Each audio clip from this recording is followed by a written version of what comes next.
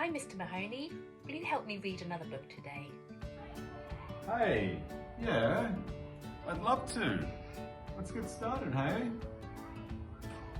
Amy and... Louie by Libby Glesson She's the author. and Freya Blackwood. She's the illustrator.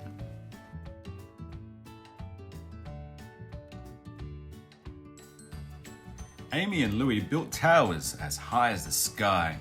They dug holes deep enough to bury bears, and they saw magical creatures in clouds. When Amy was in the sandpit and Louis was on the swing, she called to him across the yard with the special word her mum taught her. Cooey! Louis! Louis always came to play. When Louie was in the dressing up corner and Amy was with the Play-Doh, he called to her across the room with the same special word. Cooey! Amy! Amy always came to play. And when they were at home, they called to each other across the fence. Cooey! Louis! Cooey! Amy! One of them would soon come climbing through the gap with secrets to share. But one day, Amy and her family moved a long, long way away. To the other side of the world. Louis stopped building towers, digging holes, and staring at clouds. He no longer called to anyone across the yard, the room, or the fence. He thought about Amy every day and every night. In the place where Amy was, there was nowhere to dig holes or build towers, and the clouds held only raindrops. She thought about Louis every night and every day. If I call Amy really loudly, she'll hear me, won't she? Louis asked his mum.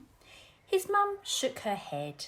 Amy is too far away. She said, When you are awake in the day, she is asleep at night. If I call Amy really, really loudly, she'll hear me, won't she? he asked his dad. His dad shook his head.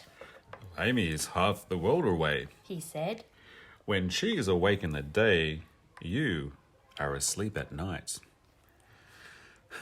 If I call Amy with the loudest call anyone could ever do, she'll hear me, won't she? he asked his grandma. Maybe. His grandma said. You can only try. So Louis spread his arms as wide as he could and threw back his head.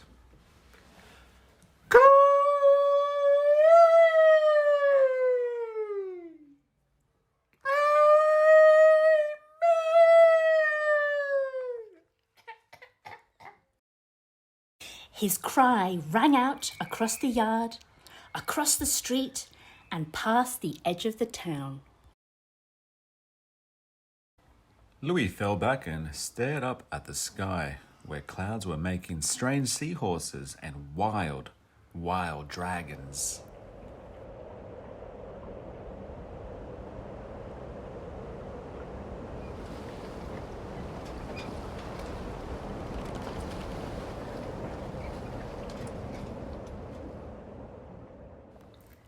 Across the ocean, in a city where tall buildings stretched to the sky, Amy woke and came sleepily to breakfast. I had a lovely dream. She said. I dreamt about Louis and he called me.